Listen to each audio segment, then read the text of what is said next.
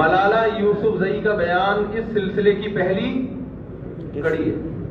اس نے بیان دے دیا کہ نکاح کے بغیر اگر کوئی ریلیشن قائم کرتا ہے تو نکاح کے تکلف کی بولو کیا ضرورت ہے.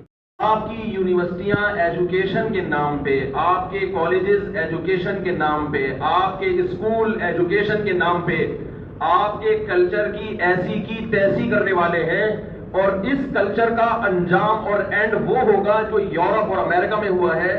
آج آپ کی اولادیں آپ کا احترام کر رہی ہیں، بوڑھے باپ کا، بوڑھی ماں کا احترام کر رہی ہیں. کالج اور یونیورسٹیوں میں جو کلچر دیا جا رہا ہے، آہستہ آہستہ جو سلو پوائزن آپ کی باڈی میں داخل کیا جا رہا ہے، تو آپ مستقبل میں اولڈ ہاؤس کے لیے، اولڈ ہوم کے لیے تیار رہیں. یہاں جو بچے بیٹھے ہیں، کل جب وہ بڈھے ہوں گے تو یہ امیدیں نہ رکھیں کہ جیسے ہم نے اپنے باپ اور ماں کی خدمت کی ہے تو ہماری اولادیں بھی ہماری خدمت کریں گی. نہ نہ نہ نہ نہ نہ. یونیورسٹیاں جو ماحول دے رہی ہیں آپ کو، تو اولڈ ہاؤس کے لیے تیار رہیں. آپ کا بڑھاپا گھر میں نہیں، اولڈ ہاؤس میں گزرے گا. ملالہ یوسفزئی کا بیان اس سلسلے کی پہلی کڑی ہے.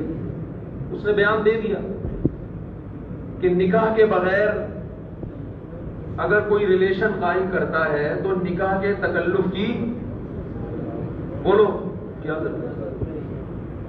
نکاح کے تکلف کی کیا ضرورت ہے. یہ ایک بیان ہے، یہ ایک شرری چھوڑنا جسے کہتے ہیں.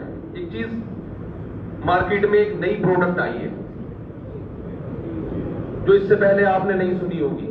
سنی تھی انگریزوں سے، گوروں سے، اپنی ہی قوم کی کسی عورت سے ایسی بات نہیں سنی ہوگی.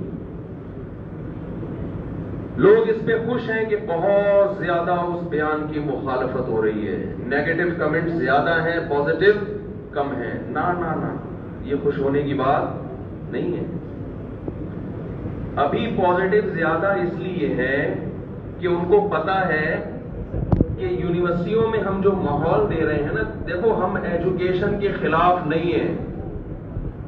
ایجوکیشن کے خلاف بات کرنا یہ تو پرلے درجے کی حماقت اور بیوقوفی ہے.